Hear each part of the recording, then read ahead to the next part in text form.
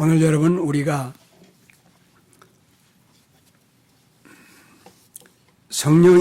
복음의 능력에 대해서 말씀을 나누도록 하겠습니다.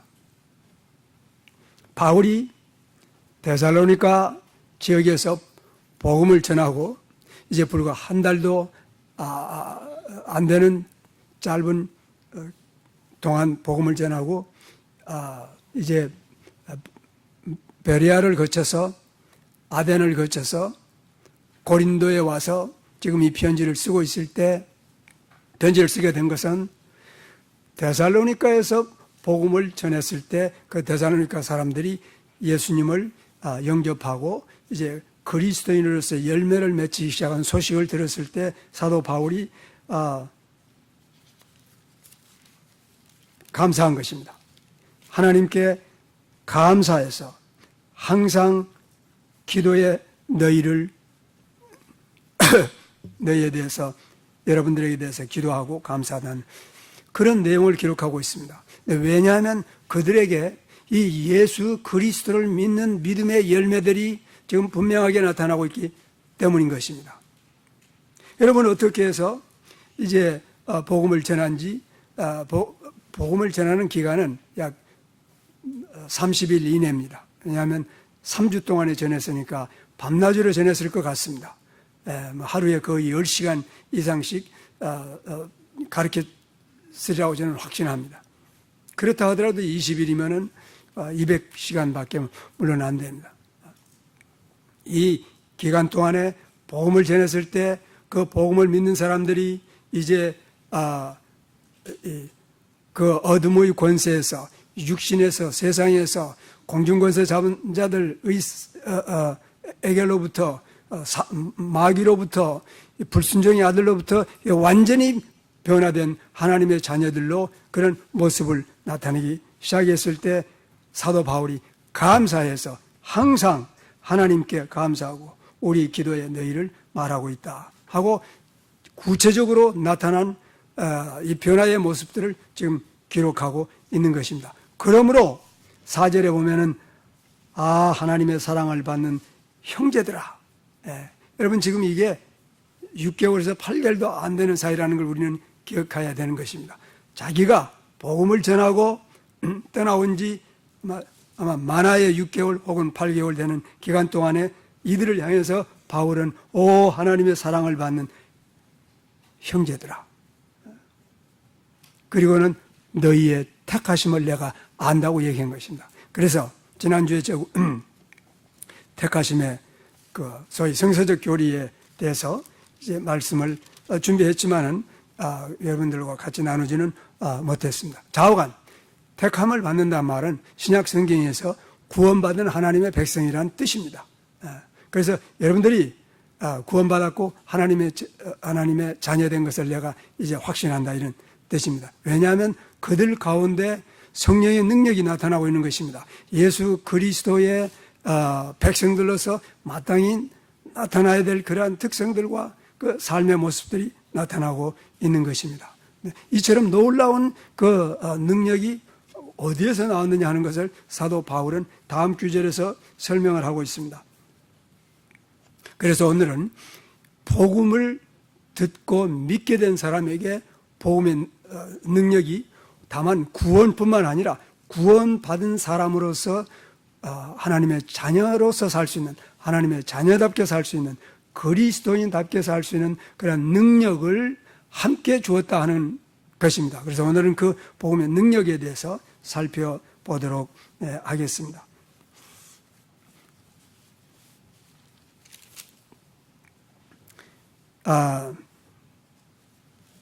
복음의 능력이란 복음을 받아들인 중생한 사람들의 어떤 표시가 됩니다. 구별할 수 있는 그러한 표시입니다.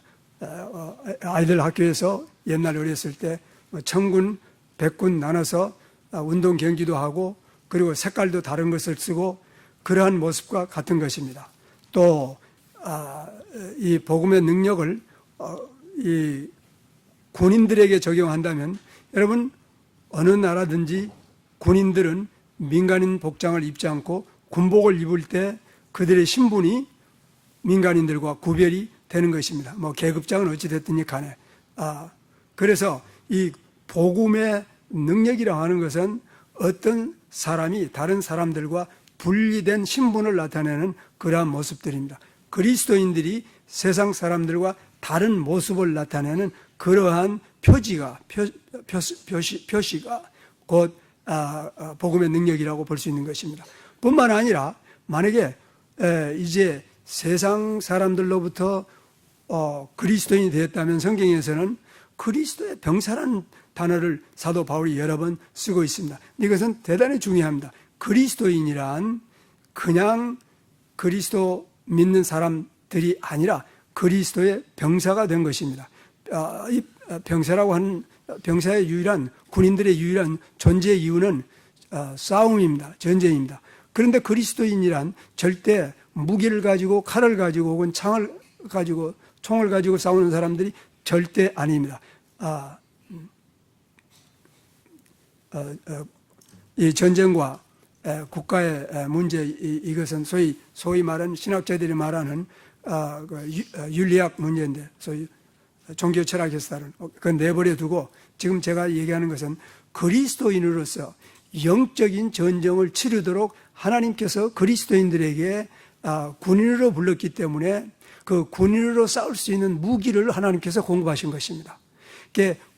그리스도의 군인으로 불러놓고 싸움에 나가서는 그저 매번 지도록 그런 패잔병으로 그리스도인을 부른 것은 절대 아닙니다. 그리스도인으로서 그리스도의 병사로 불렀으면 반드시 모든 싸움에서 이길 수 있도록 싸울 수 있도록 하나님께서 그 능력을 혹은 군사력을 공급해 놓은 것입니다. 이것은 우리가 예수님을 영접하는 순간에 하나님께서 우리에게 영생을 주시는 동안에 신분의 변경과 함께 주신 하나님의 선물입니다.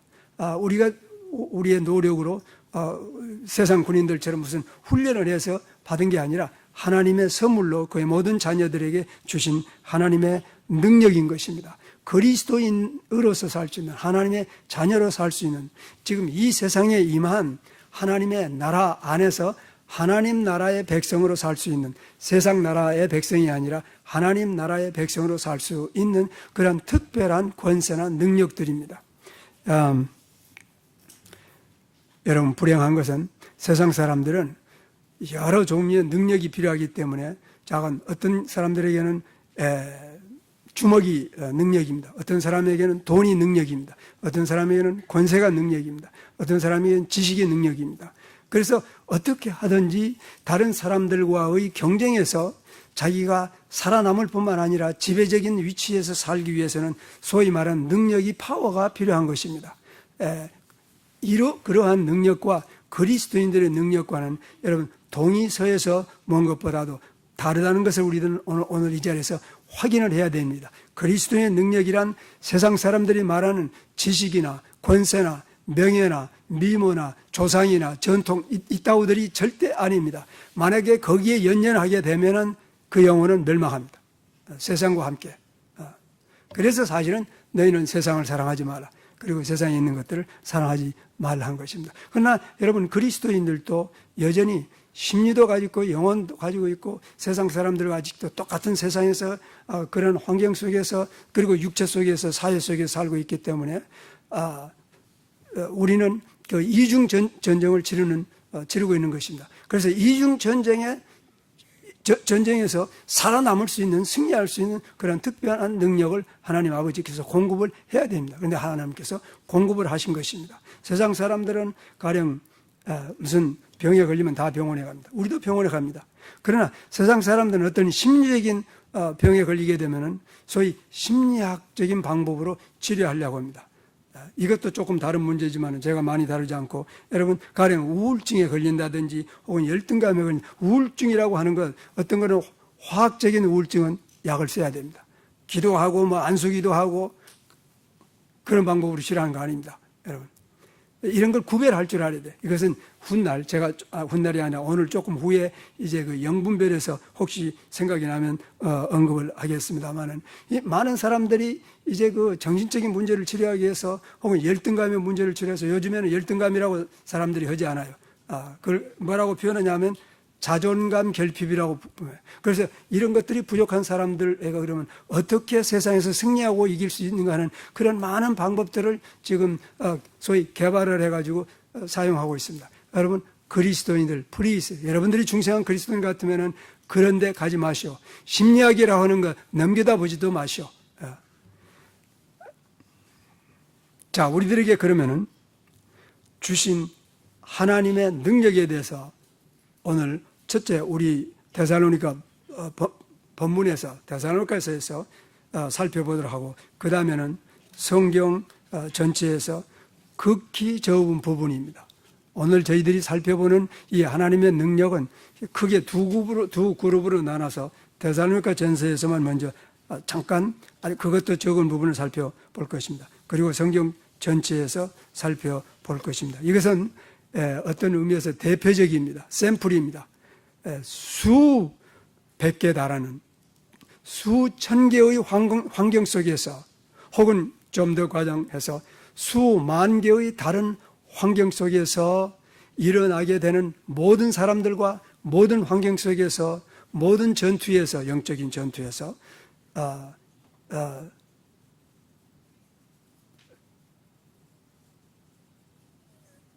살아남을 뿐만 아니라 그리스도인의 모습을 보일 수 있는 그러한 싸움입니다. 여러분, 이것은 대단히 중요합니다. 왜냐하면 그리스도인들은 세상 사람들이 사는 삶, 사회생활 플러스 영적인 삶을 살게 됩니다. 근데 이 싸움에서 반드시 예외 없이 그 사람의 성격이, 신분이, 능력이 나타나게 되어 있습니다. 그래서 지금 이 복음의 능력이라 하는 것은 그 사람의 신분도 같이 드러내는 것입니다. 군인으로서 군복과 비슷합니다. 군복이 여러분들도 아다시피 지금도 시리아 같은 데서는 많이 발사하고 있지만은 이제 적군에게 포위되거나 이제 죽게 되면 얼른 군복을 벗어버리고 이제 민간복으로 입고 탈출하는 그런 일들을 하는 거예요. 왜 그랬습니까? 군복이 표시가 되기 때문인 것입니다. 그래서 그 군복을 입고 있게 되면은 결국 사살을 당하게 돼요. 여러분, 그런 군복이 아닙니다. 그리스도인 군복은. 적군이 나타나면 나타날수록, 우리가 패배의 그 전쟁에 몰리면 몰릴수록 그리스도인은 자기의 군복을, 다시 말하면 자기의 신분을 절대 벗지 않습니다. 그럴 수 있는 힘이 어디에서 나왔느냐고요? 우리가 중생할 때 하나님께서 위로부터 덧입혀 주신 그러한 신분입니다. 그래서 그리스도인은 한번 그리스도의 병사로서 부름을 받아서 그리스도의 군복을 입게 되면, 신분을 갖게 되면 이 세상 떠날 때까지, 이 몸이 관 속에 들어갈 때까지 벗지 않는 그러한 특성을 가지고 있는 것입니다. 그렇게 살 수 있는 능력을 복음의 능력이라고 하는 것입니다. 자, 그러면은 오늘 사도 바울이 그야말로 항상 감사해서 하나님께 감사하고 기도의 너희를 말하는 이 사람들의 택함을, 이 사람들이 택함을 받은 그 표시들은 뭐냐? 엄청나게 많습니다만은 우선 본문을 살펴보기에는 첫 번째 사도 바울이 믿음의 역사라고 했습니다. 그래서 여러분, 긴 시간을 들여서 믿음의 역사의 의미가 뭐인가 지난번에 살펴본 것입니다. 믿음의 역사, the work of faith이기 때문에 그 말은 다시 말하면 the faith that works, 이런 의미입니다. 다시 말하면 일하는 혹은 행동하는 행위가 있는 그런 믿음을 의미하는 것입니다. 그래서 지난번 야고보서에 있는 말씀처럼 행함이 없는 믿음은 죽은 믿음이라, 그 영혼이 없는 몸이 죽은 것처럼 행함이 없는 믿음은 죽은 믿음이라, 그런 의미에서 the works of faith. 그래서 믿음이라고 하는 것은 예수 그리스도를 믿어서 구원받은 그 믿음은 반드시 일하는 믿음인 것입니다. 사랑도 마찬가지입니다. 보통 사랑할 만한 사람만 사랑하는 것이 아니라, 이건 노력을 해야만, 그야말로 머리를 땅에 대고 기도해야만, 그야말로 자기를 부숴서 무너뜨려야만 사랑할 수 있는 그런 원수를 만나게 되면은, 여러분, 원수를 증오하고 미워하게 대신에 사랑해야 되려면은 보통 힘 가지고 안 됩니다. 근데 아무리 해봐도 안 되는 거예요. 그래서 하나님께서 결국 자기의 능력을 공급한 것입니다. 이것이 사랑의 토일, 수고라고, 사실은 물론 수고라고 번역할 수도 있어요. 그렇지만은 이거는 엄청난 능력입니다. 그 다음에 사도 바울은 소망의 인내를 기록하고 있습니다. 모든 사람들은 다 소망을 가지고 삽니다. 학교 입학 소망도 있고 시집가고 장가가는 소망도 있고 여러 가지 소망, 수많은 소망들을 가지고 있습니다. 그런데 그리스도인이란 딱 하나의 소망밖에 없습니다. 네, 이게 중요합니다. 그리스도인은 딱 하나의 소망입니다. 주 예수 그리스도에 대한 소망밖에 없습니다. 여러분, 이게 여기서 지금 엄청나게 세상 사람들, 그리스도인들이 수많은 소망을 가지고 이제 뭐 옛날 사람들처럼 말이에요, 영맨 고 웨스트 뭐 이런 말이 있는가, 청년들이여 뭐 서쪽으로 가라, 1800년도 초기에 그런, 이게 다 세상에서 출세하자는 그런 표입니다. 세상에서 이기자는 것, 세상에서 돈을 모으고 세상에서 존경을 받고 높은 자리에 차지하자는, 잘 되고 높이 되자는, 예수 믿고 잘 되자는 완전한 기복주의 사상이고 샤만이 있습니다. 여러분, 그리스도인이란 그 기복주의 사상에서 샤만이 있으면서 세상의 능력의 세상에서 칭찬에서 해방된 사람을 의미하는 것입니다. 거기에 매여 있는 사람들, 이 세상이 소망인 사람들은 세상 사람들입니다. 이 세상의 소망에서, 유혹에서 혹은 그 파워에서 해방된 사람들이 바로 그리스도인들인 것입니다. 그래서 예수 믿는다고 하면은 우선 몇 가지만 체크하면 돼요. 믿음과 사랑과 소망을. 당신은 도대체 소망이 어디에 있는지 그냥 한마디면 그냥 알 수 있습니다. 사도 바울은 이들의 택함을 안다고 얘기하는 것입니다. 그가 전해준 그리스도의 복음을 그들은 그대로 받아들이고 지금 구원받은 것입니다. 그 다음에 이제 세 번째, 여러분 1장 5절을 보면은 5절 마지막에 대단히 중요한 구절이 적혀 있습니다. 우리가 너희 가운데 있을 때 너희를 위하여 우리가 어떠했던가를 너희도 아는 바라. 사도 바울이 감히 이런 글을 쓸 수 있다는 게 이게 벌써 이게 보통 사람과 틀린 것입니다. 우리가 어디 가서 내가 전한 게 다 거짓말이 아니고 진짜요. 그거 어떻게 알 수 있어? 그러면 나를 봐. 나 사람 덤든 걸 보라고 이렇게 하는 얘기입니다. 지금 이게. 여러분, 이렇게 하지 않고 사도 바울이 그 짧은 기간 동안에 복음을 전했을 때 그 이방인들이, 그 수많은 수백 개의 우상을 섬기던 사람들이, 세상 밖에 모든 로마 사람들이 어떻게 예수를 알게 됐겠냐고요, 여러분. 여러분, 성경을 볼 때 이런 게 눈에 들어와야 되지 않겠어요? 여러분, 이걸 사도 바울은 2장 10절에서 이걸 더 분명히 얘기하고 있습니다. 다 같이 여러분 데살로니가전서 2장 10절을 보시면은 사도 바울이 말한 우리가 여러분들 가운데서 어떠한 모습의 사람이었던 것을 사도 바울이 구체적으로 얘기하고 있는 것입니다. 자, 2장 10절에 보니까 믿는 너희 가운데서 우리가 얼마나 경건하고 바르고 흠없이 행하였는지는 너희가 증인이요 하나님도 그러하다라고 기록하고 있는 것입니다. 여러분, 이것이 바로 파워입니다. 이게 복음의 능력입니다. 물론 아직도 우리들은 이렇게까지 쓸 수 있을까? 솔직한 얘기가 자신이 없지만은 여러분, 내가 이게 자신이 있어서 여러분 이 설교하는 건 절대 아닙니다. 해야 될 부담감 때문에, 해야 될 책임감 때문에 사기꾼이 되지 않기 위해서 그래서 있는 대로는 얘기해야 됩니다. 여러분, 우리가 너희들 가운데, 여러분들 가운데 들어갔을 때 어떤 인간의 모습이었는지 당신네들도 증인이고 하나님도 증인이라는 것입니다. 그런데 어떤 인간이 되었다고요? 얼마나 경건하고 바르고 흠없이 행하는 인간이었는지.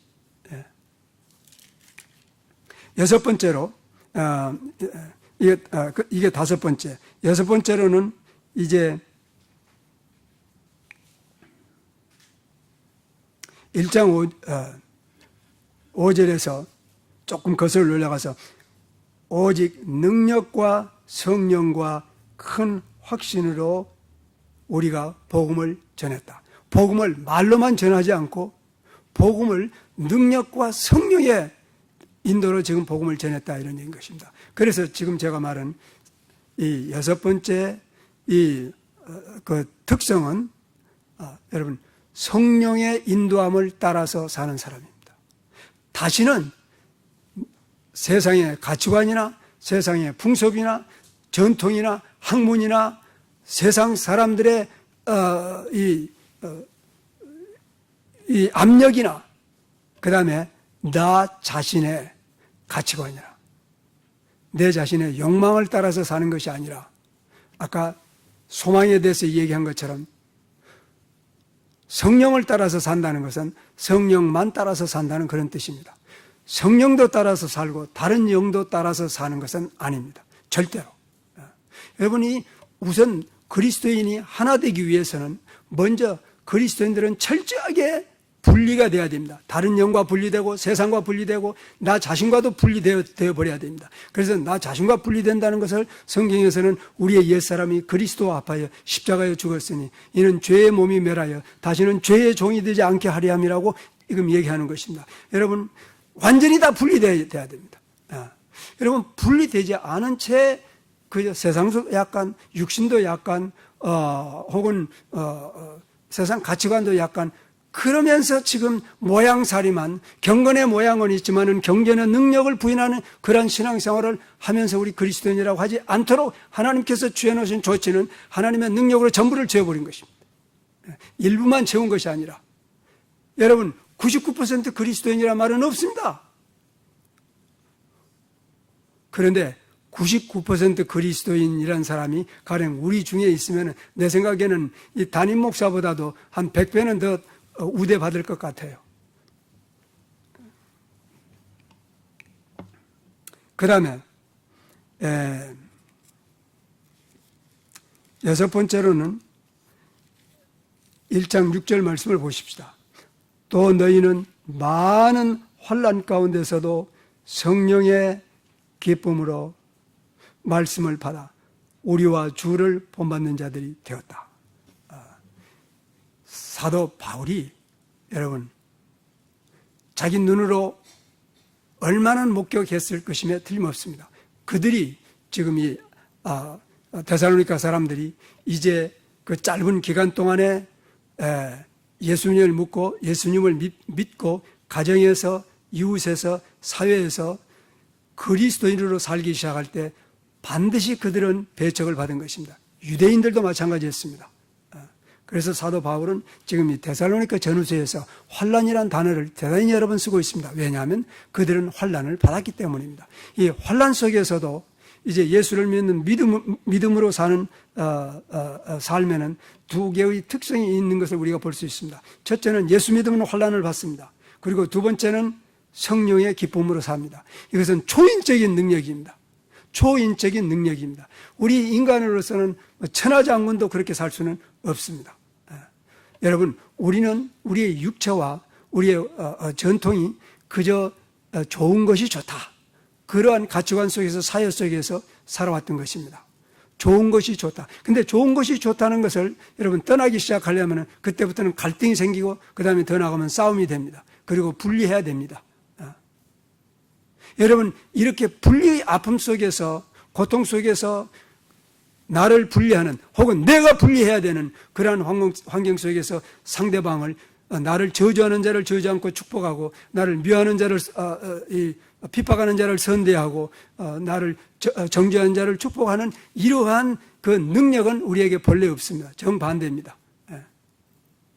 오히려 이들은 환난 속에서도 기쁨으로 성령의 말씀을 받아들인 것입니다. 그 다음에 7번째, 이들은 여러분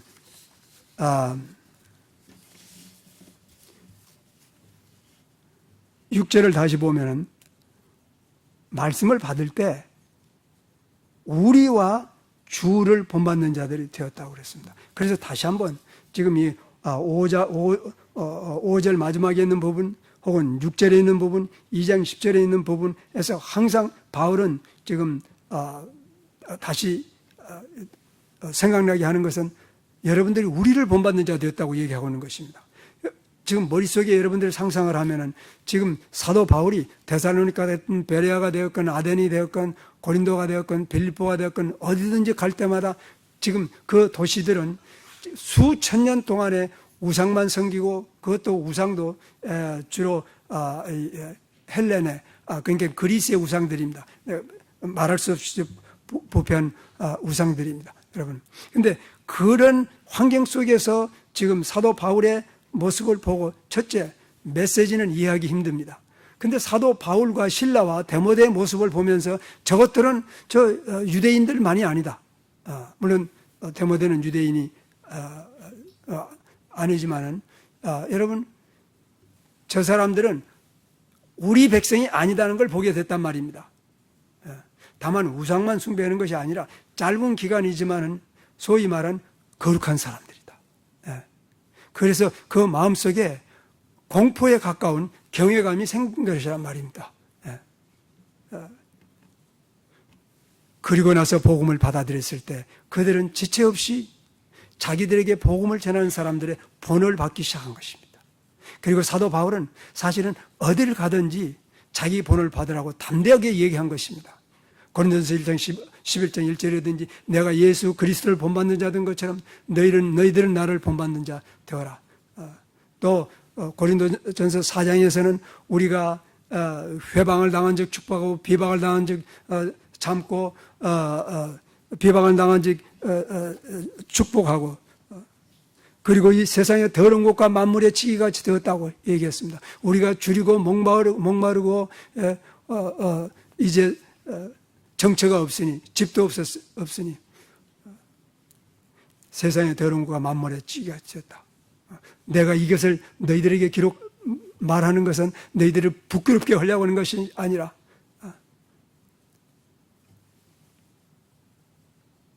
여러분들에게 일만 스승은 있지만은 아비는 적으니 복음으로 내가 너희를 낳았다. 그러므로 너희는 나를 본받는 자들한 것입니다.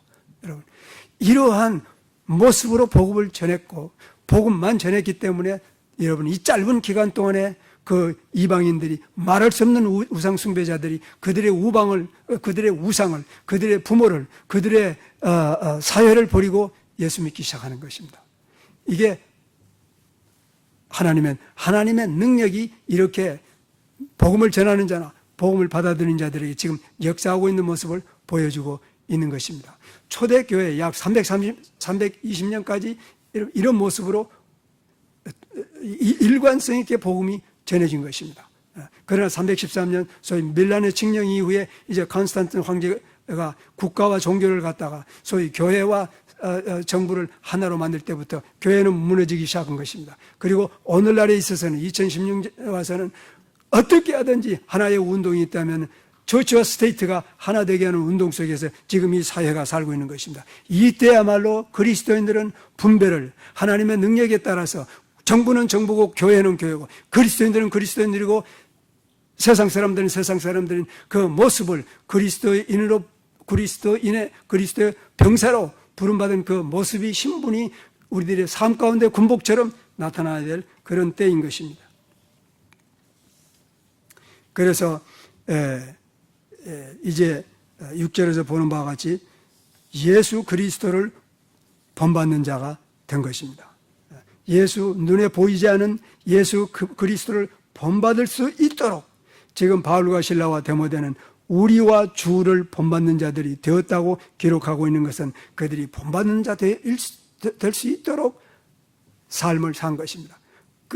그러면 바울과 실라와 데모데는 타고난 영적 거인들이었냐면 절대 그런 건 아닙니다. 그들이 예수 믿었기 때문에 하나님께서 주신 그 능력의 선물로 말미암아 복음을 전할 때 그 능력을 나타낼 수 있었던 것입니다. 오늘 여러분 이제 조금 후에 다시 보겠지만은 이 성령의 능력은, 이 복음의 능력은 구원과 대단히 밀접한 관계를 가지고 있습니다.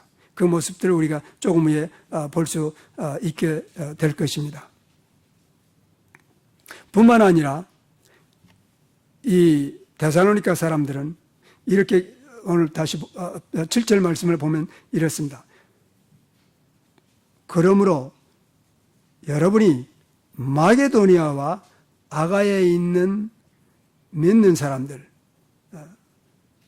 본이 되었고 8절에 와서 이는 주의 말씀이 너희로부터 마게도니아와 아가야에만 들릴 뿐만 아니라 하나님을 향한 너희의 믿음이 각 처에도 여러분 이제 이 말이 퍼지는 모든 곳에 예수 믿은 지 불과 1년이 안 되는 이 데살로니가 사람들의 믿음이 그들이 사는 도시가 아닙니다, 여러분. 마게도니아라고 하는 것은 지금 우리 텍사스 용어로, 미국 용어로 말하면 텍사스 주와 같은 것입니다. 오클라호마 주와 같은 것입니다. 루이지애나 주와 같은 것입니다. 그 달라스나 포드워스의 작은 도시를 얘기하는 것이 아니라 마게도니아는 큰 성입니다. 거기에 빌립보도 있고 거기에 갈라디아도 있고 거기에 에베소도 있고 그러한 마게도니아와 그리고 아가야 성이라는 것은 이제 베레아에서부터 아데노로 해서 고린도가 있는 대성입니다. 그런데 마게도니아뿐만 아니라 아가야뿐만 아니라 더 넓은 지역에 여러분들의 믿음이 전파되고 있다는. 여러분 이게 지금 3년이나 혹은 10년이 된 것이 아니라 10개월 내의 일이라는 것을 기억해야 됩니다. 여러분 하나님의 능력이 그 믿는 사람들에게 어떻게 나타나고 있는 것을 놀랍게 지금 기록하고 있는 것입니다. 우리는 이게 그냥 예수 믿는 게 설라피한 이유는 말입니다. 이유가 있습니다. 첫째는 무식해서 그럴 수도 있고 중생하지 않았기 때문에 그럴 수도 있고 소경이기 때문에 그럴 수도 있고 혹은 이 기독교라는 문화 때문에 그럴 수도 있고 우리는 이 모든 것에 지금 눈에 보여서 버려야 될 것을 버리고 취해야 될 것을 취해야 될 그러한 때입니다. 여러분. 그 다음에 9번째는 8절 말씀 마지막 부분을 보십시오.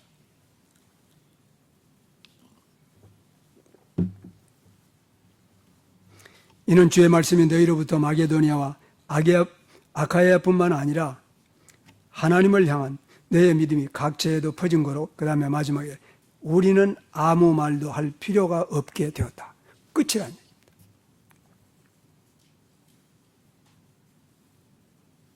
우리가 상상을 해보아서 도움이 되도록 합시다. 막 꿈에 나타나든지 저는 꿈을 안 믿습니다. 솔직한 얘기가. 그렇지만서도 하여간 누가 나타나서 너의 믿음에 관한 한 예수님이 혹은 베드로나 바울이 나타나서 당신의 믿음에 관한 한 내가 더 이상 말할 필요 없어 하고 웃고 간다면 얼마나 기분이 좋겠어요. 아니면 황송해서 무릎을 꿇든지.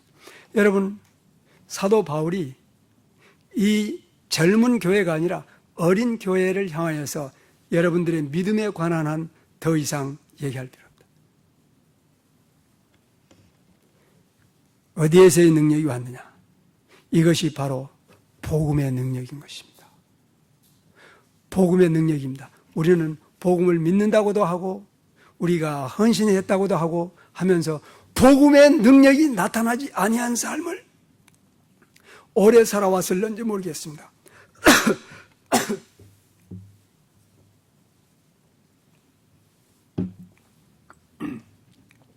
어딘가에 잘못됐습니다. 어딘가 시스템이 잘못됐습니다. 어딘가 나의 머리의 구조가 잘못됐든지 내 하트가 잘못됐든지 나의 삶이 잘못됐든지 교회가 잘못됐든지 복음이 잘못됐든지 하나님의 나라가 잘못됐든지 작은 어딘가에 잘못된 것이 분명합니다. 오늘 우리는 여러분 하나님께서 모든 믿는 자에게 주신 이 능력이 나의 삶에, 나의 사회에, 나의 교회에 나타나지 않을 때 우리는 여러분 정신을 차리고 각성해서 바른 길을 찾아야 됩니다, 여러분.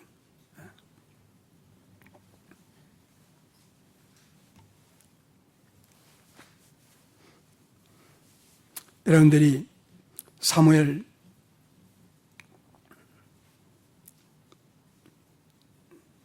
상황을 볼 때 다윗과 사울 왕의 싸움을 봅니다. 근데 하나님께서는 다윗을 통해서 사울 왕에게 몇 번의 기회를 줍니다. 근데 그 몇 장들 끝에 보게 되면 바울이라니 다윗은 자기의 길을 가고 사울은 자기의 길을 가더라. 그런 규절이 적어도 3번인가 나옵니다. 안타까운 모습입니다. 오늘날 우리에게 그런 사울 스타일의 믿음이 아직도 우리 안에 있다면 척결해야 됩니다. 말씀을 듣고도 사울처럼 사울이 다윗아 너는 참 의로운 자다라고 해놓고도 여러분 하나님께로 돌아서지 않고 자기의 길을 갔다는 그런 기록들이 있는 걸 우리가 보게 됩니다. 자, 그러면 이번에 두 번째로 그러면 이 복음의 능력이 이제 성경 전체에서 어떻게 나타나고 있느냐. 조금 전에 말씀드린 것처럼 성경 전체이기 때문에 극히 적은 부분, 아주 그냥 극히 적은 부분만 여러분들하고 나머지 시간 동안에 나누도록 하겠습니다. 첫 번째 복음의 능력은 예수님의 말씀에서 나타납니다. 이렇게 보면 됩니다. 예수님의 모든 말씀을 행하는 능력이라고 이렇게 하면 됩니다. 복음의 능력이란 예수님의 모든 말씀을 행하는 능력입니다. 그런데 조금 구체적으로 말씀을 나누면은 바로 의를 위하여 줄이고 목마르는 그러한 심령을 하나님께서 우리에게 조성했기 때문에 의를 행하는 그러한 삶입니다. 의에 줄이고 목마르는 그러한 삶을 의미합니다. 의라고 하는 것은 첫째, 일반적인 정의로 모든 바른 관계를 의라고 합니다. 그러나 성서적으로 볼 때는 먼저는 하나님과의 바른 관계입니다. 이웃과의 바른 관계를 나타냅니다. 다음에는 자기와 바른 관계를 나타냅니다. 자기 자신에 대해서. 그리고 그 다음에는 원수와 바른 관계를 나타낸 것입니다. 여러분. 그래서 의를 위하여 줄이고 목마르는 갈증이 사실은 하나님께서 우리에게 주신 복음의 능력입니다. 제가 조금 전에 이 복음의 능력은 많은 경우 이 구원과 관계에 있다고 말씀을 드리는데 예를 들면 이러한 구절입니다.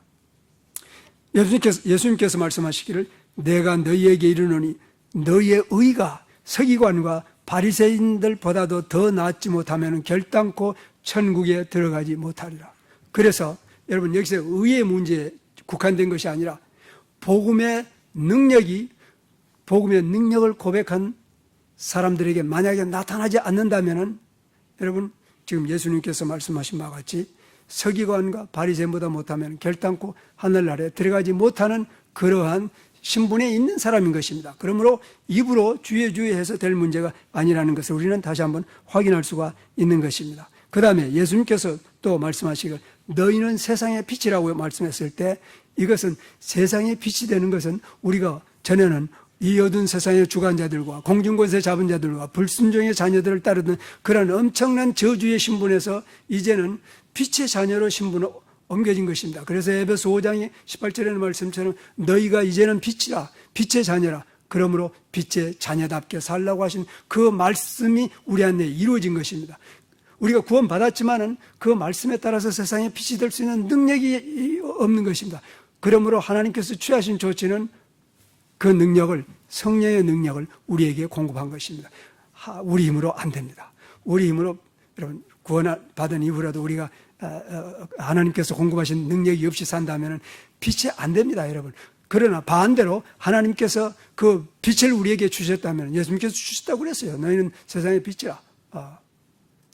뿐만 아니라 예수님께서 한 걸음 더 나가서 말씀하시기를 이제 산 위에 집을 지은 동네처럼 숨길 수 없다고까지 성경에서는 얘기하고 있는 것입니다. 그러므로 빛의 자녀들은 그 빛을 숨길 수가 없습니다.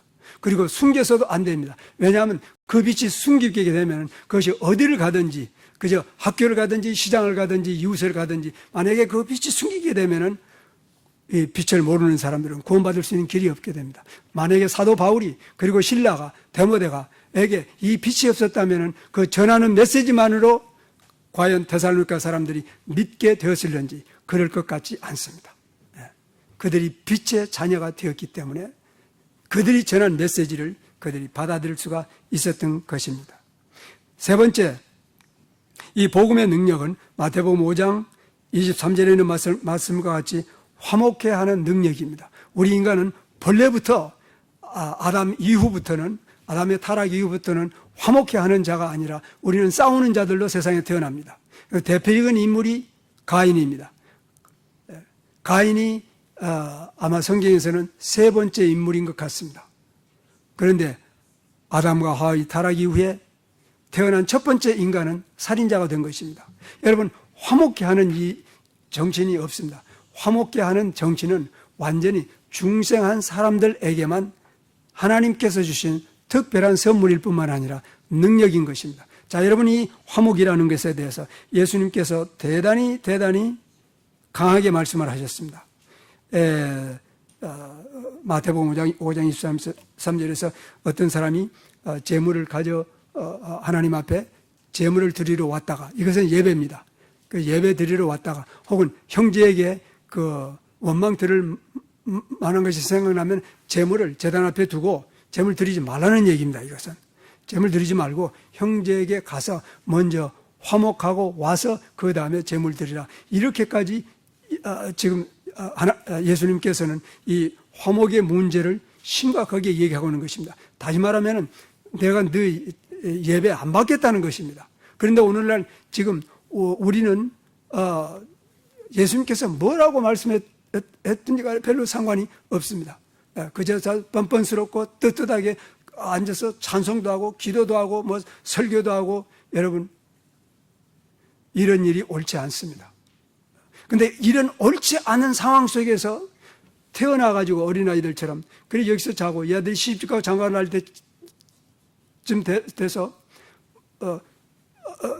교회를 떠나지 않고 교회만 출석하면 그저 신앙이 있는 것으로 생각합니다. 네, 바로 이것이 문제입니다. 우리는 범죄를 저지르고 있었던 것입니다. 우리는 범죄를 저지른 그 사회 속에서 살아왔던 것입니다. 그래서 그게 몸에 익혔기 때문에 아무렇지도 않습니다. 그러나 지금 우리는 하나님의 말씀에 다시 한번 살펴보고 이러한 조직체를 깨어버려야 됩니다.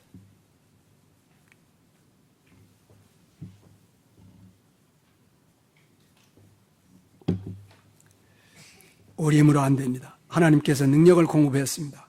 그러므로 히브리서 12장 14절에서 성경은 이렇게 기록하고 있습니다. 모든 사람으로 더불어 화평함과 거룩함을 쫓으라. 이것이 없이는 아무도 주의 얼굴을 보지 못할 것이라고 기록되어 있습니다. 그럼에도 불구하고 우리가 이 구절을 읽고 혹은 주석서를 보면서 설교하고 성경 공부하고 혹은 소그룹에서 공부하고 났음에도 불구하고 여전히 우리는 이제 거룩함과 화평함을 쫓지 않음에도 불구하고 그 다음 주에 교회에 나와서 소위 예배를 앞시고 예배를 드리고 앉아있는 꼴들입니다. 이것이 현대교회입니다. 이렇게 하면 안 됩니다, 여러분. 이렇게 하면 안 됩니다. 하나님의 말씀을 만홀히 여기는 일들이 됩니다. 그래서 갈라디아서 6장에서 너희는 스스로 속이지 말라라고 먼저 얘기하고 그 말씀을 한 것입니다. 그 다음에 네 번째는 이 하나님의 백성들에게 있어서 하나님께서 주신 능력은 그 하나님의 백성들에게 있어서 모든 더러운 말과 모든 더러운 생각과 모든 더러운 행실을 제거하는 능력이 되게 도려내는 칼이 되게 한 것입니다. 그래서 데살로니가 전서 5장 22절에서는 악은 모양이라도 보지 말라고 얘기한 것입니다. 그리고 데살로니가 5장 23절에서는 평강의 하나님이 친히 너희로 온전히 거룩하게 하시고 또 너희의 온 영과 혼과 몸이 우리 주 예수 그리스도에 강림하실 때 흠없게 보존되기를 원하더라고 얘기하고 있는 것입니다. 사도 바울은 로마에 있는 교인들에게 보낼 때 이제 너희들이 때를 알거니와 자다가 벌써 깰 때가 되었다. 이는 너희의 무엇이? 구원이 처음 믿을 때보다 가까이 왔습니다. 밤이 깊고 낮이 되었으니 어둠의 일을 벗고 빛의 갑옷을 입자. 낮에와 같이 단정히 행하고 방탕과 술 취하지 말고 음란과 호색하지 말고 쟁투와 시기하지 말고 오직 그리스도로 옷 입고 정욕을 위하여 육신의 일을 도모하지 말라고. 여러분, 이게 그리스도인들입니다. 우리들의 눈에 보이는 것은 어떠했더니 간에, 교회 와서 보이면 어떠했더니 간에, 여러분, 가시적인 교회에 어떤 조치가 있어야 됩니다.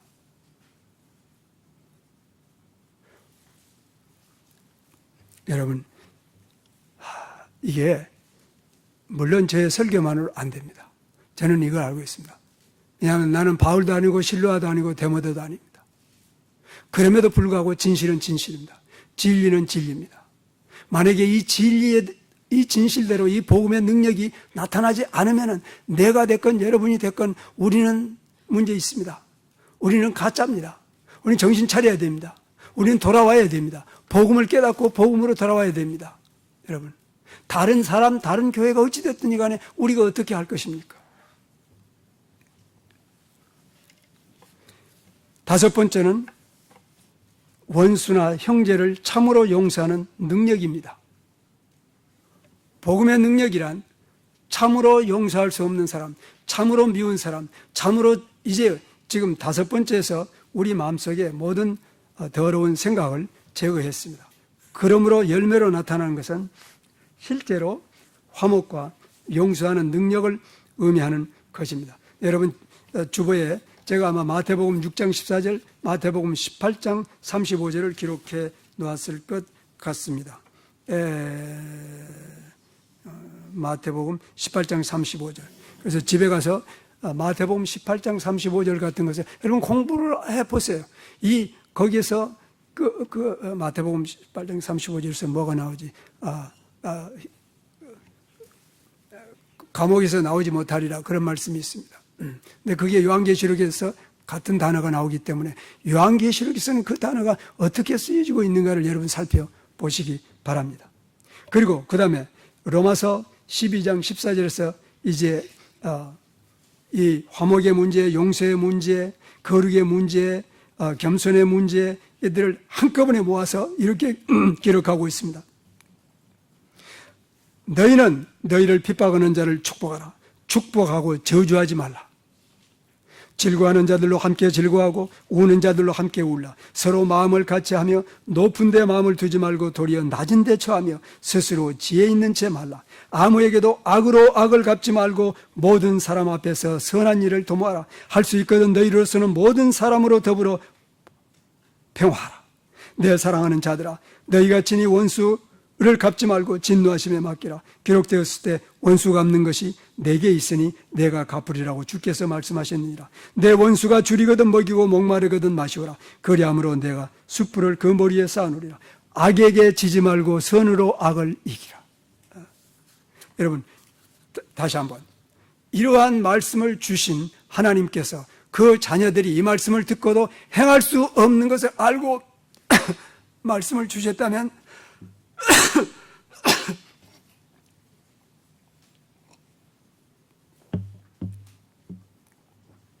우리가 무능한 것이 아니라 하나님이 우리를 속인 것입니다. 말도 안 되는 얘기입니다. 이 말씀을 주시고 이 말씀을 행할 수 있는 능력을 공급하신 것입니다. 이것이 복음의 능력입니다.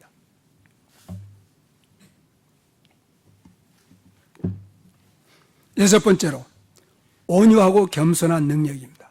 마태복음 11장 29절 30절에서 온유와 겸손은 예수님 자신의 인격체입니다. 그러므로 예수님께서 수고와 무거운 짐진 자들아 다 내게로 오라. 내가 너희를 쉬게 하리라. 너희는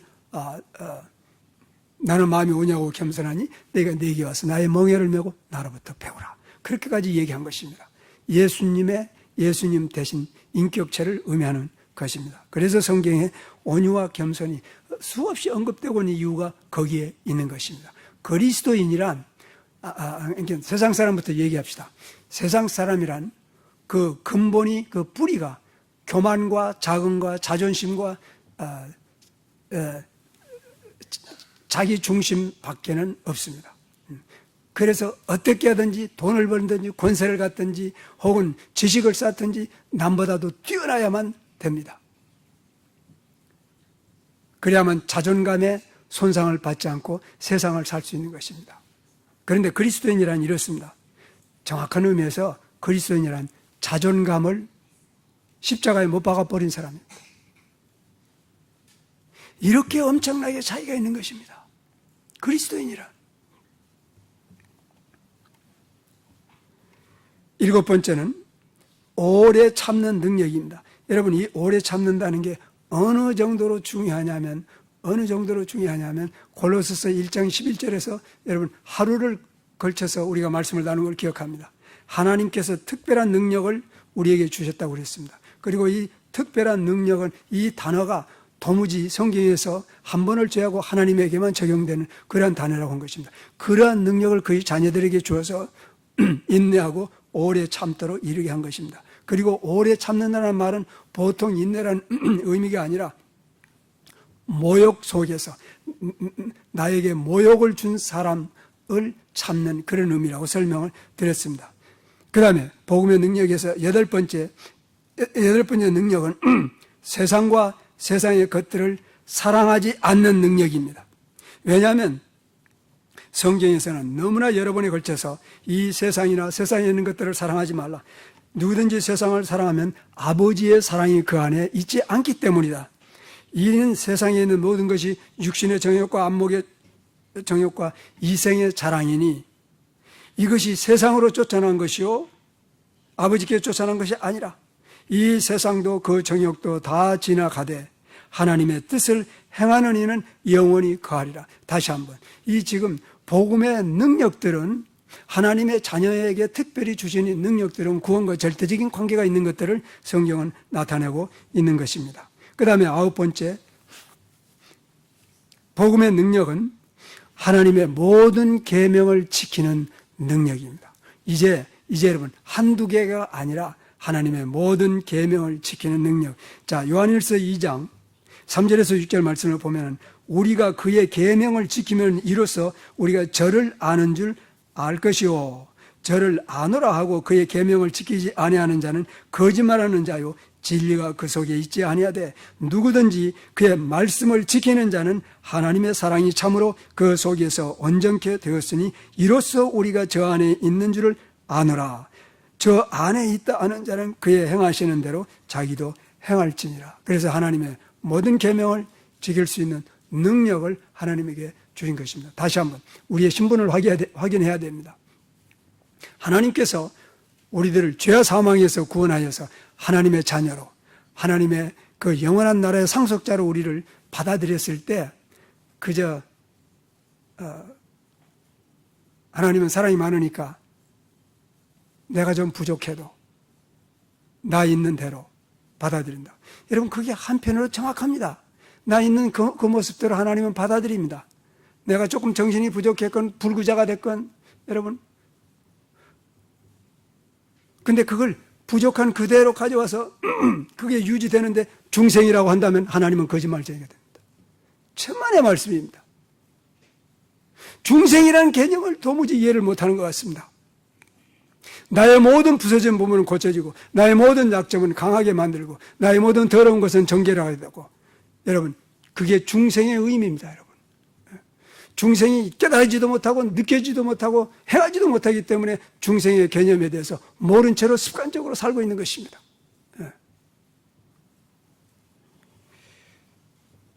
저 안에 거한다는 자는 그의 행하시는 대로 자기도 행하느니라. 10번째 거룩하라고 하는 하나님의 명령을 지키는 능력입니다. 베드로전서 1장 15절 16절에서 베드로는 내가 거룩하니 여러분 내가 거룩하니 너희도 거룩하라는 말씀에서 사실은 다른 데서는 내가 너희를 애굽에서 건져내신 여호와가 거룩하니 너희도 거룩하라 이렇게 얘기합니다. 그건 뭡니까? 애굽에서 구출해냈다는 것은 이걸 갖다가 히브리 사람들은 redeem이라고 불러요. redemptive work입니다. 이게 구속의 역사입니다. 내가 너희를 구속했음으로 말미암아 너희를 종살이해서 너희를 죄에서 너희를 사망해서 어둠의 세력에서 구속하여 구속하여 내가 거룩하니 너희도 거룩하라. 이런 신분 관계를 의미하는 것입니다. 그래서 조금 전에 한번 말씀드렸지만은 히브리서 12장 14절에서도 같은 내용입니다. 너희는 모든 사람으로 더불어 화평과 거룩함을 쫓으라. 이것이 없이는 아무도 주의 얼굴을 보지 못하느니라 라고 기록하고 있는 것입니다. 11번째, 복음의 능력이란 환난을 기쁨으로 극복하는 능력입니다. 불평과 원망이 없이 오늘 본문에 있는 말씀과 같이 너희는 많은 환난 가운데서도 성령의 기쁨으로 말씀을 받아서 우리와 주를 본받는 자가 되었다 하는 것입니다. 예수님께서도 이제 마태복음 5장에서 의를 위하여 핍박을 받는 자는 복이 있나니 천국이 것이라. 나를 인하여 너희를 욕하고 핍박하고 거짓으로 너희를 거스려 모든 악한 말할 때는 너희에게 복이 있나니 기뻐하고 즐거워하라.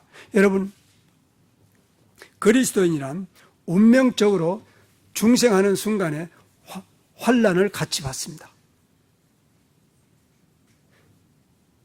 만약에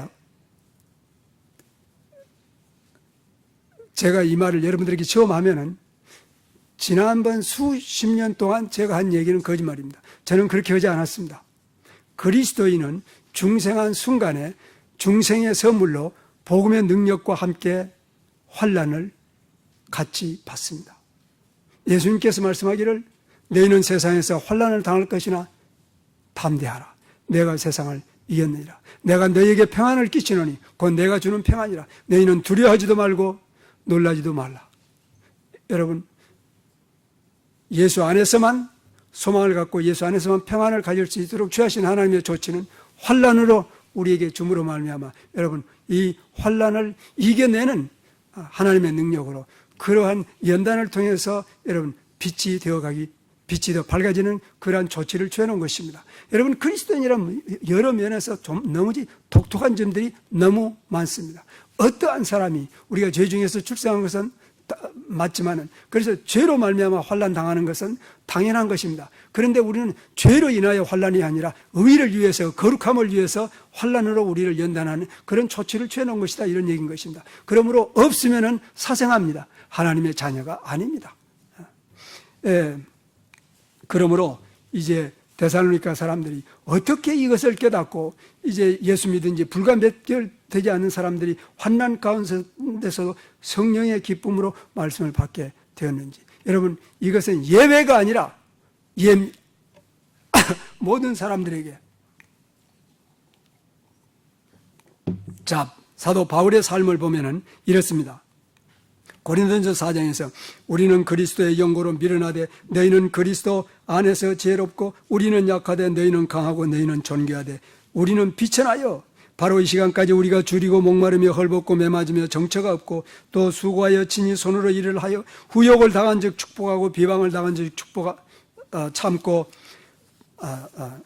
핍박을 당한 즉 참고 비방을 당한 즉 권면하니 지금까지 우리가 세상에 더러운 것과 만물의 찌같이 되었도다. 내가 너희를 부끄럽게 하려고 이것을 쓰는 것이 아니라 오직 너희를 내 사랑하는 자녀같이 구원하려 하는 것이야. 그리스도 안에서 일만 스승이 있으되 아비는 많지 아니하니 그리스도 예수 안에서 복음으로서 내가 너희를 낳았으니라. 그러므로 내가 너희에게 권하노니 너희는 나를 본받는 자 되어라 라고 얘기하고 있는 것입니다. 여러분, 지금 비방을 당하고 핍박을 당하고 이러한 것이 축복이라고 설교하면 아마 요즘 세상은 정신이 나간 사람이라고 얘기할 것 같습니다.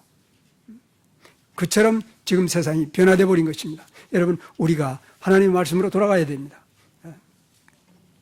골로새서 조금 전에 제가 인용한 규제를 13절까지 인용하면 그렇습니다. 그의 영광의 힘을 쫓아 모든 능력으로 능하게 하시며 기쁨으로 모든 견딤과 오래 참음에 이르게 하시고 우리로 하여금 빛 가운데서 성도의 기업의 부분을 얻기에 합당하게 하신 아버지께 감사하게 하시기를 원하라. 그는 우리를 흑암의 권세에서 건져내서 그의 사랑하는 아들이 나라로 옮겨시느니라. 우리가 여러분 완전히 흑암에서 빛으로 하나님의 나라로 세상에서 육신에서 옮겨서 하나님 나라로 옮겨진 그런 사람들입니다. 그 안에서 핍박이 올 때, 고난이 올 때 우리는 기쁨으로 그것을 극복할 수 있는 능력을 하나님께서 우리에게 주신 것입니다. 그 다음에 12번째는 원수를 위해서 기도하는 능력입니다. 나는 너희에게 이르노니 너희 원수를 사랑하며 너희를 핍박하는 자를 위하여 기도하라. 쉽지 않습니다. 그리고 여러분이 처음 들은 얘기는 아닙니다. 그러나 행하지는 않았습니다. 우리는 행해야 됩니다. 그 다음에 13번째로, 시간이 비록 지났어도 이거 지금 중요하기 때문에 말씀을 드려야 될 필요가 있습니다. 영분별의 능력을 받았습니다. 근데 영분별이라고 하는 것은 이겁니다. 여러분, 많은 사람들이 영분별을 위해서 많은 자료를 공부합니다. 근데 많은 자료를, 많은 지식을, 세상 지식이 되었건 학문이 되었건 많은 지식을 가짐으로 영분별력을 갖는 게 아닙니다. 반대로 하나님의 말씀으로 많은 세상 지식을 분별하는 것을 영분별력이라고 합니다. 근데 그런데 요즘 오늘날 반대 현상이 일어나고 있습니다. 영분별력이 이게 죽고 사는 문제입니다. 지난 금요일 날 우리 정경무 목사님이 기도회를 인도했는데 그때 기도 제목으로 나눈 것이 내용 중에 하나가 PCUSA에서 General Assembly니까 총회입니다. PCUSA 총회에서 이제 와지드 사이드라고 하는 이맘을 불러서 대표 기도를 시켰습니다. 그리고 그는 조금도 주저하지 않고 알라의 이름으로 축복 기도를 했습니다.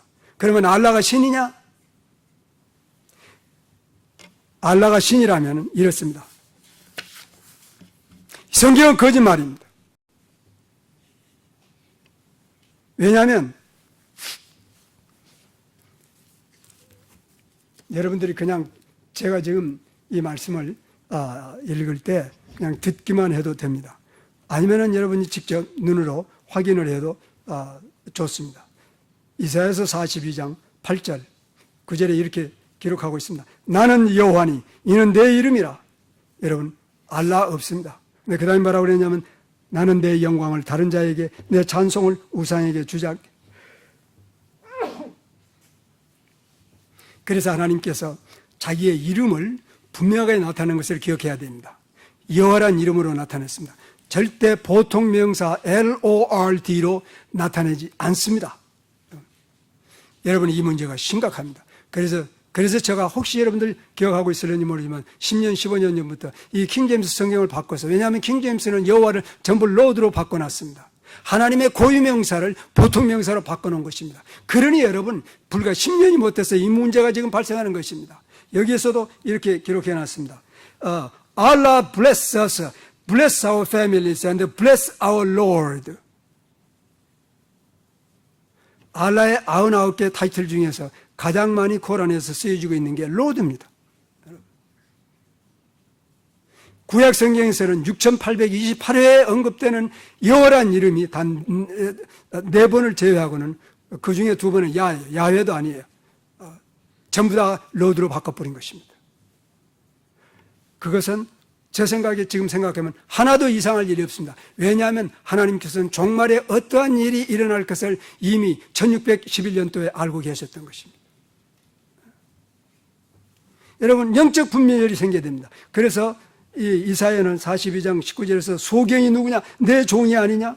누가 나의 보내는 나의 사자같이 귀먹은 자가 있겠느냐? 누가 나와 친한 자같이 소경이 있겠느냐? 누가 여호와의 종같이 소경이 되겠냐? 내가 많은 것을 볼지라도 유의치 아니하며 귀는 밝을지라도 듣지 아니한도다라고 얘기하고 있는 것입니다. 다시 43장 7절에 보면 무릇 내 이름으로 일컫는 모든 자가 곧 내가 내 영광을 위하여 창조한 자를 오게 하라. 내가 그를 지었고 만들었느니라. 알라가 만들었나요? 여호와라고 지금 얘기하고 있는 것입니다. 11절에서 곧 나는 여호와라. 나 외에 구원자가 없느니라. 과연 태초부터 내가 거니 내 손에서 너희 건질 자가 없다. 나는 여호와 너의 거룩한 자요 이스라엘의 창조자요 너의 왕이라. 44장 6절에서 이스라엘의 왕인 여호와 이스라엘의 대속주인 나 만군의 여호와가 말하느라. 나는 처음이요 나는 마지막이라. 나 외에는 다른 신이 없느니라. 8절에서는 너희는 두려워 말며 겁내지 말라. 내가 옛적부터 너에게 들려주지 아니하였느냐, 고하지 아니하였느냐. 너희는 나의 증인이라. 나 외에 신이 있겠느냐? 다른 반석이 없나니 그 있음도 알지 못하느니라. 45장 5절에서 나는 여호와라. 나 외에 다른 이가 없나니 나밖에 신이 없느니라. 너는 나를 알지 못하였을지라도 나는 내 띠를 동일 것이요 해 뜨는 곳에서든지 지는 곳에서든지 나밖에 다른 이가 없는 줄을 무리로 알게 하리라. 나는 여호와라. 다른 이가 없느니라. 나는 빛도 짓고 어둠도 창조하며 나는 평안도 짓고 환난도 창조하나니 나는 여호와라. 이 모든 일을 행하는 자라. 45장 14절에서 여호와께서 또 내게 이르시되 애굽에 수고한 것과 구스에 무역한 것과 스바의 장대한 족속들이 다 내게로 돌아와서 너에게 속할 것이다. 그들이 너를 따라올 것이다. 사슬에 매여 건너와서 너에게 굴복하고 간과하여 하나님이 과연 너에게 계시고 그 외에는 다른 하나님이 없다 하리라. 지금 여러분 여기서 너라고 하는 것은 하나님의 백성입니다. 그리고 구스와 애굽과 구스와 스바는 지금 소위 현재 애굽이나 혹은 사우디아라비아 반도 지역입니다. 거기에 백성들이 너에게 와서 너의 하나님이 참 하나님이라고 할 것이라고 기록돼요. 이게 지금 놀라운 것입니다. 우리가 알기로는 지금부터 2700여 년 전에 기록된 내용입니다. 2700여 년 전에 그 지방 사람들이 하나님의 백성들을 향하여 너희 하나님이 참 하나님이라고 하는데, 오늘날 PCUS의 종이에서는 이제 그 무슬림 이맘을 불러가지고 대표기도를 시키고 알라의 이름으로 축복하라고요. 오늘날 이러한 일들이 벌어지고 있어도 아무도 상관하지 않습니다. 그러나 여러분, 만약에 우리 안에 성령이 계시고 우리 안에 복음이 있고 예수 그리스도의 피로 말미암아 구속받은 그 은혜가 감사가 내 안에 있다면 이러한 현상을 볼 때, 여러분 이러한 현상을 볼 때 그냥 얼굴을 붉히지 않고 지나가도 그것이 사랑인지 혼돈의 시대에 지금 여러분 살고 있습니다.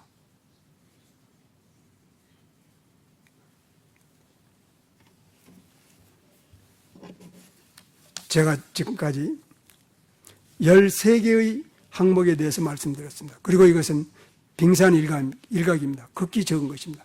그러나 내가 영분별을 마지막으로 강조하고 있는 것입니다. 왜냐하면 예수님께서 말씀하기를 마지막 때 거짓 선지자들이 일어나서 많은 거짓을 연하시고 많은 사람들이 따라갈 것이다. 지금 그런 시대가 됐기 때문에 여러분, 그러므로 어떻게 하면은 내가 그러면 복음의 능력을 받을 수 있겠느냐? 하나입니다. 다시 제일 처음으로 돌아가서 1장 3절로 가서 믿음의 역사입니다. 왜냐하면 믿음이 없이는 하나님을 기쁘시게 못하나니 내게 나오는 자는 내가 하나님께서 계시는 것과 그를 전심으로 찾는 자에게 상 주시는 자를 믿어야 할지니라고 그랬습니다. 심지어는 예수님께서도 전능하신 분이었음에도 불구하고 그가 그의 고향 어디죠? 예수님 고향이 어디더라? 나인이 어디에? 나사렛? 잊어먹었어. 정신 지금 나갔어. 왜냐하면 내가 지금 이것 때문에 여러분이 며칠 동안 정신이 나가고 우리 충격을 받은 거예요. 내가 아직도 예수님 고향이 어딘지 모르겠어. 하여간 가버나움 근방이라. 예수님의 고향에서 기적을 행할 수 없다는 거 읽어보셨어요? 오케이. 그 이유가 뭐라고 돼 있어요? 그 사람들이 믿음이 없다고 그랬어요. 성경이 이렇게 기록하고 있어요. 저희의 믿지 아니함을 인하여 거기서 많은 능력을 행하지 않더라. 이게 심각한 문제입니다. 오늘날 믿는다고 고백은 하지만은 심령 속에, 영혼 속에, 마음 속에 세상이 차 있습니다. 다원주의가 차 있고, 타협이 차 있고, 렐러티비즘이 들어있고, 여러분, 오늘 하나님의 성령께서 각자의 영혼 속에 어떠한 일을 하실는지 모르겠습니다. 다만 나는 성령이 그 성령의 능력으로 하나님의 백성, 택한 백성을 모으고 있다고 생각합니다. 그리고 그 모음을 받은 그 사람들이 예수님 오실 때 들려올림을 받을 것입니다. 그리고 내 영혼뿐만 아니라 우리의 사랑하는 자들의 영혼이 하나님의 택함 속에서 다 같이 들려받는 그러한 일을 위해서 나머지 삶이 정돈이 되어야 됩니다. 하나로, 하나님의 나라로. 우리 하나님,